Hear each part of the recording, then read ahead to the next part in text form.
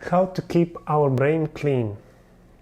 To have a clean brain is good because keeping it dirty is uncomfortable, both for us and for others. We have the experience of how, when our mind is irritated, this makes it hard for us and our friends, colleagues, and relatives.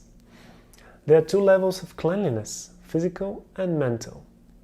We take daily showers to keep our gross body clean.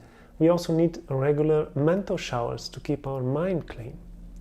Pure state of mind means that we possess virtues such as humility, non-violence, tolerance, simplicity, cleanliness, self-control, detachment, and constant and unalloyed devotion to God.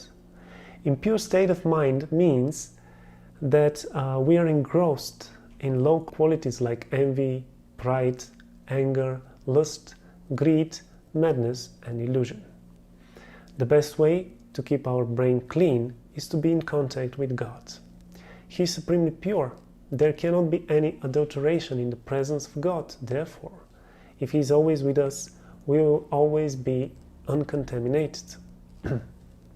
Another quality of God is that He is antiseptic, meaning that if we are connected to Him, He will protect us from all types of future contamination, just as a strong immune system protects the body from infection.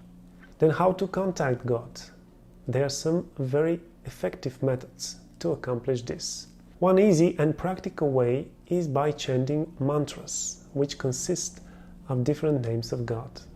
Since God is identical with His names, if we chant these mantras, we are in direct contact with Him. In the Vedas, it is said that the best of all mantras is the Hare Krishna Mahamantra.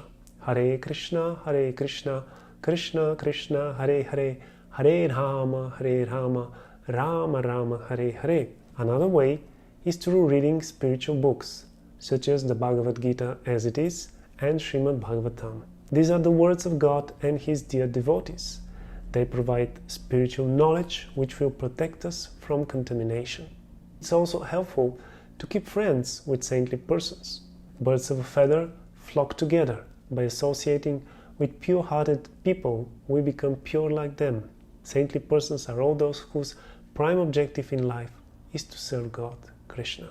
They can teach us many practical tips of how to keep our brain clean.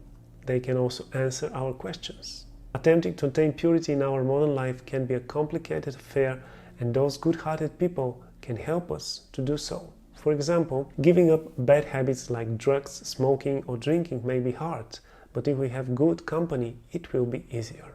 Eating only vegetarian spiritual food is another prerequisite for purity. Food is one of the major agents for both contamination and purification of our brain. If we eat impure food, prepared by people with impure consciousness, we will be contaminated. If we eat pure food that has been prepared by persons in pure consciousness, we will be purified. The same applies to music and other arts. The mood of the composer permeates his tune and affects the consciousness of the listener. Besides preparing the food in pure consciousness and with proper ingredients, this precludes meat and other impure products attained by violence. It is also important that the food is first offered to God with love and devotion. Only in this case it will be free of contamination and will have a purifying effect. Another important factor is regulation of our daily routine. By keeping a regulated schedule, we can mitigate all impurities in the body and the mind. For example, going to sleep and waking up at the same time, preferably as early as possible, eating at a regulated time, keeping a regular program for physical and mental purification, exercise and mantra meditation, etc. There are also some inherently impure activities which we should avoid, since they will only aggravate our already existing contaminations. Eating meat, gambling, taking intoxication, and having non-regulated sex should be shunned as much as possible. Abstaining from these harmful activities will become easier in time, especially when we develop a more refined taste for spiritual activities.